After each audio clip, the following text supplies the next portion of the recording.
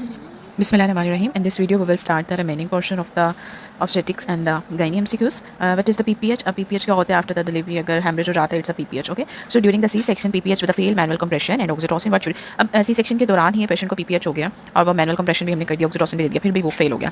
Caesarean में आप सबसे पहले बेलेंस करते हो अगर वो फेल हो जाता है तो आर्टरी एम्बोलाइजेशन करते हो अगर तो हेमोडायनामिकली स्टेबल है अगर अनस्टेबल है तो फिर लेप्रोटमी और आर्टरी लाइगेशन करते हैं और अगर वेजाइनल डिलीवरी है तो फिर वेक्ट्री बैलून अगर वो फेल हो जाता है तो आर्टरी एम्बोलाइजेशन अगर हेमोडायनामिकली अनस्टेबल है तो फिर लेप्रोटमी वेजाइनल के अंदर हम करते हैं वेक्ट्री बैलून और जो सिजेरियन है उसके अंदर बेलेंस करते हैं ठीक है और फिर artery embolisation during the vaginal delivery PPH अब वही बात आ गई अब इसमें वजाइनल डिलीवरी है तो फिर क्या आएगा वेक्ट्री balloon okay during the vaginal delivery PPH with fail manual compression and oxytocin and the patient is hemodynamically unstable what should you do अब फेल कंप्रेशन हो गया हीमोडायनामिकली अनस्टेबल है अनस्टेबल होगा तो क्या करते हैं हम आर्टरी लाइगेशन और अगर एक सेकेंड हाँ ठीक है और अगर आर्टरी सॉरी जब अगर तो हेमोडायनामिकली स्टेबल होगा तो हम कहते हैं आर्टरी एम्बोलाइजेशन और अगर अनस्टेबल होता है तो लाइगेशन और लेप्रोटमी तो इसमें क्या होगा अनस्टेबल है ना तो लाइगेशन होगी Pregnant with a massive bleeding from the abruption of placenta, she is hypertensive, vitally unstable. What is the most appropriate thing to do? से abruption है placental, hypertensive हो गई है, vitally unstable है.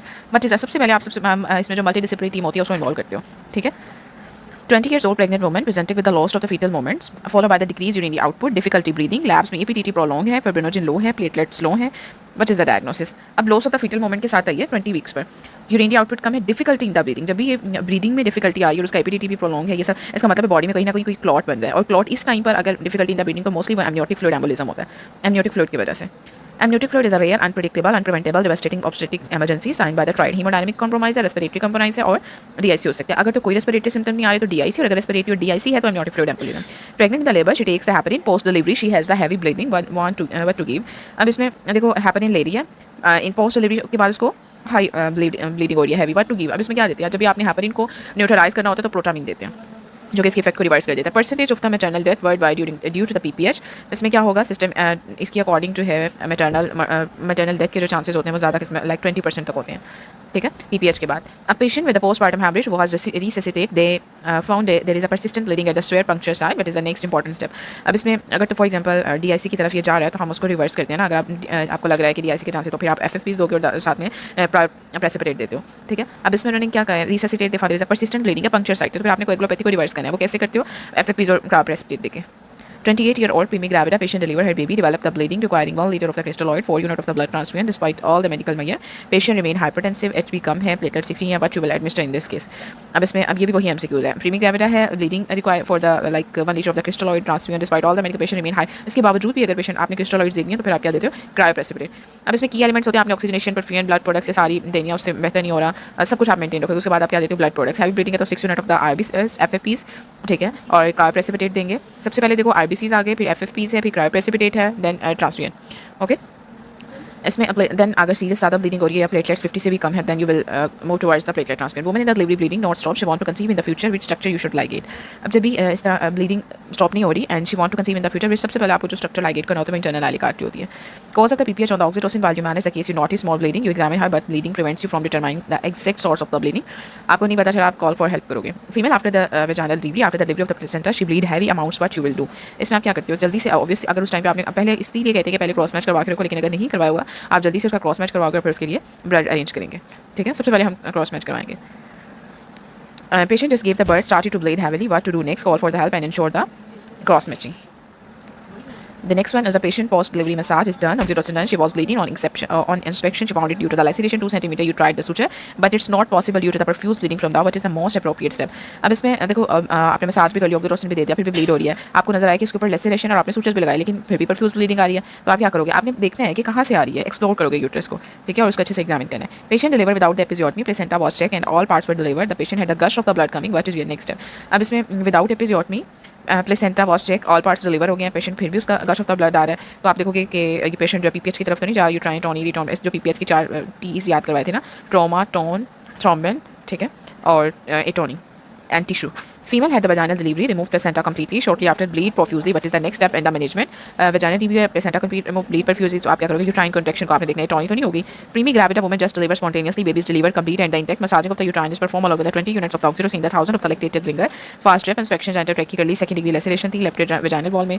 Suturing is difficult because of the bleeding from above the site of the laceration or soft bogey uterine fundus है. Blood pressure उसका 160/92 है, heart rate 130 per minute है. Which of the following is the best step in the management? अब इसमें दोबारा से इसको एक बार देख लेते हैं। एक तो वो स्पॉन्टेनियस पेबल लीवर हो गया, मसाजिंग भी आपने कर दिया है, रिंगर भी दे दिया, इंस्पेक्शन भी करी, लेकिन सेकंड डिग्री लेसरेशन थी, ठीक है। दूसरा फिर आपने देखा switching is difficult because of the bleeding from क्योंकि उसको पेन हो रही है ना। फिर विच ऑफ द फॉलोइंग इसमें आप क्या दोगे, प्रोस्टाग्लैंडिन, ठीक है। अब इसमें पीपीएच को कैसे मैनेज करते हैं, आप ऑक्सीटोसिन देते हो, ठीक है। उसके बाद मिथाइल ऑक्सीटोसिन देंगे, मेथाइलगोनोबिन देंगे जो एल्गोमेट्राइन आ जाता है, फिर कार्बाप्रोस देंगे और दूसरा मिसोप्रोस्टोल देते हैं, ठीक है। अब जो कार्बाप्रोस होता है वो आपने याद रखना है कि जो एल्गोमेट्राइन होता है ये कॉन्ट्राइंडिकेटेड होता है प्रिक्लम शार्बनेशन में, और कार्बाप्रोस जो है अस्थमा में कॉन्ट्राइंडिकेटेड होता है, और मिसोप्रोस्टोल जो है वो एप्रेक्टिलीबिस को दे सकते हो, ठीक है। In case of the ongoing hemorrhage and the poor uterine dispose multiple uterotonic agent should be use in the rapid succession. Lady presenting with vaginal bleeding with a fever 15 days after the C section, most probable diagnosis क्या होगा, vaginal bleeding और उसके बाद उसको fever हुआ after the C section, तो endometritis के chances ज़्यादा हो जाते हैं, ठीक है। रिटेन प्रोडक्ट हो सकती है, दूसरा history of the C section, the fever. Highest rate successful drug used in the PPH is the oxytocin. Most common drug used to treat the PPH after the uterine atony is the oxytocin. Bleeding after the 4 of the delivery, but अब इसमें अगर 24 our के अंदर है तो primary PPH है, और अगर more than 24 hour after delivery और 12 वीक्स तक है तो इसमें भी 7 जो आता है उसके अंदर मोस्ट कॉमन होती है, ठीक है। In the labor after the 10 minute of the delivering the fetus, the placenta is still not delivered. She is started bleeding. What type of the PPH? अब इसमें after the 10 minute of the placenta अभी तक deliver नहीं हुआ, ठीक है। She started bleeding. What type of the PPH is the 10 minutes है ना, तो primary PPH होगा। Patient had the PPH is non case of the asthma. What medication you can carbapenem अभी हमने देखी है, okay। Patient had the PPH is non case of the hypertension. What medication you cannot give her is the, अब इसमें hypertensive है तो क्या नहीं दोगे, मिथाइल एल्गोनोबिन, okay। PPH medication क्या होती है, is the oxytocin mixed with the 500 dextrose 5 IV, ठीक है। The next postpartum PPH which of the following is used to stop the bleeding is the misoprostol। अगर इसमें बाकी भी दिए होते तो हम वो भी टिक कर सकते थे।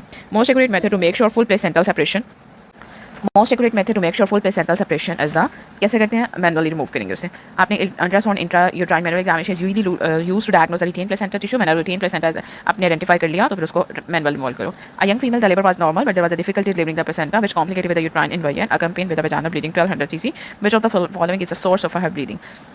नॉर्मल है labour, difficulty in the delivering the placenta, complicated uterine inversion accompanied with the vaginal bleeding, which of the following is a, अब क्या सोर्स हो सकता है, इसका मतलब है कि उसके मसल्स जो है वो कॉन्ट्रैक्ट नहीं हो रहे ना, इसी वजह से तो जब वो उसको प्लेसेंटा बाहर निकालें वो उसकी यूट्रस की भी इन्वर्जन हो गई है। हैमरेज में अगर बिकॉज इमेजिनेटिव फंटस में not contracted normally and inverted endometrium stretch which exacerbate the bleeding। 30-year-old female gravid 8 para 7 in the labor for the 7 hour deliver and then had the PPH, what is the reason। अब इसमें 30 year है, old female है, labour for 7 hour deliver और फिर उसके बाद PPH होता है। मोस्ट कॉमन क्या होती है कि इसमें मल्टीपैरिटी है ना।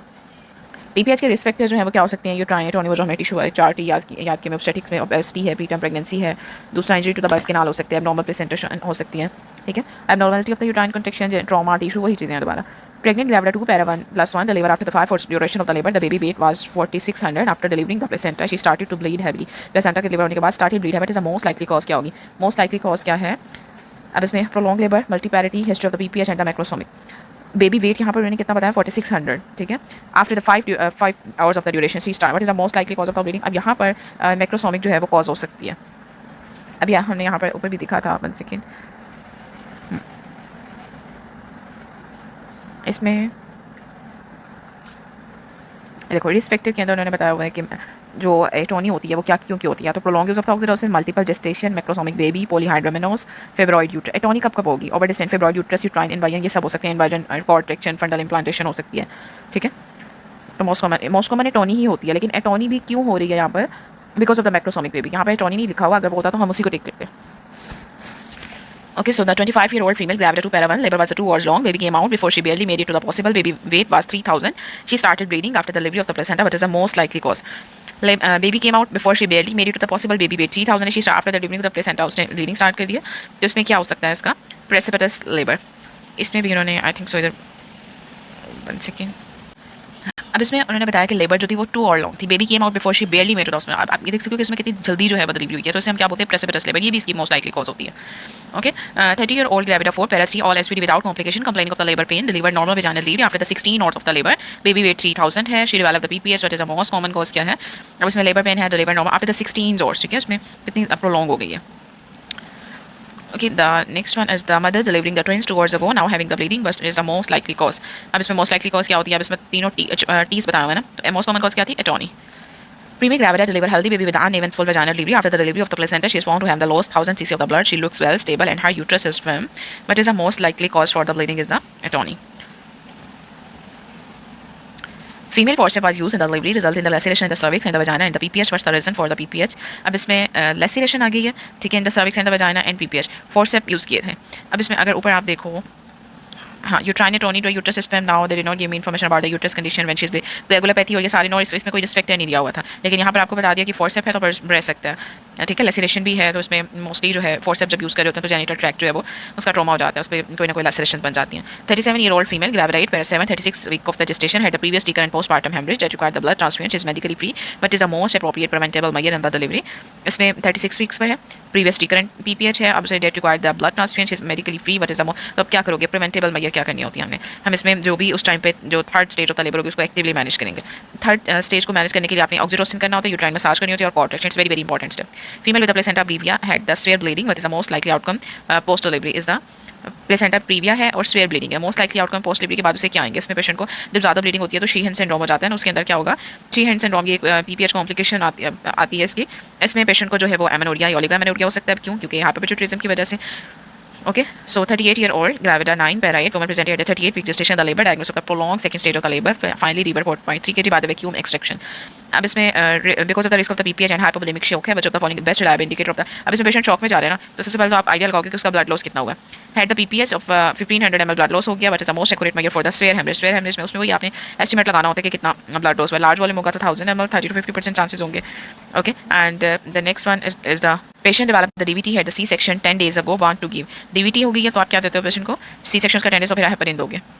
Okay, 30-year-old postpartum admit for the right leg DVT was started on the enoxaparin, then she developed the sudden onset dyspnea and pleuritic chest pain on the pulmonary embolism. No, इसमें I think so इसमें examination बताया हुआ है। हाँ, she was dyspneic, apprehensive, heart sound slow, loud P2, lungs were clear on the auscultation, vital sound normal है, signs ABG is normal है और carbonic से कम है, high pH है। CT के ऊपर आपको pulmonary artery के अंदर थ्रोम्बस मिला है। Which of the following is the most appropriate service? इसमें आप याद रखो कि DVT के साथ एडमिट हुआ ना तो आप थेरेप्यूटिक डोज दोगे, आप उसे चेंज नहीं करें, लेकिन अगर अनस्टेबल है तो फिर आपको इसमें थ्रोम्बोलिटिक थेरेपी देनी पड़ेगी, ठीक है। तो इसमें मोस्ट अप्रोप्रिएट मैनेजमेंट क्या होगी, अब इसमें आप पहले एनॉक्सिपेरिन दे रहे हो, ठीक है, और उसको डिस्निया ये सब डेवलप तो आप उसी को ही कंटिन्यू करोगे। ओके, बट अगर पेशेंट जो हीमोडायनेमिकली अनस्टेबल होता है तो फिर आपने क्या करनी होती है, थ्रोम्बोलिटिक थेरेपी पे जाती हो। Normal delivery she did the episiotomy the develop the perineal collection 5/3 which was the bluish and the painful. What is the treatment, अब इसमें एपिजोटमी पेरिनियल कलेक्शन में तो इसका मतलब है कि वजाना हीमाटोमा बन गया, ठीक है, एंड इट्स वेरी पेनफुल। तो इसमें आपने इसको फिर जब हीमाटोमा होगा तो फिर आप उसको सर्जिकली इवैक्यूएट करते हो, उसको आप राइट से याद रख सकते हो, rest ice compression and elevation. Patient after the SVD found the placenta fail to deliver and can not extract the patient refuse hysterectomy, it was managed by ligating the placenta and started on the methotrexate. What is the complication of this cause, अब इसमें placenta fail to deliver, उसे extract नहीं कर सकते, patient refuse hysterectomy, आपने ligate कर दिया और मीथोट्रिक्स। बट इसकी मोस्ट कॉमन कॉम्प्लिकेशन क्या होगी, पेशेंट को ब्लीडिंग स्टार्ट हो जाए और फिर सेप्सिस के चांसेस भी हो जाते हैं, डीआईसी की तरफ। Okay, if you have any question regarding this you can ask.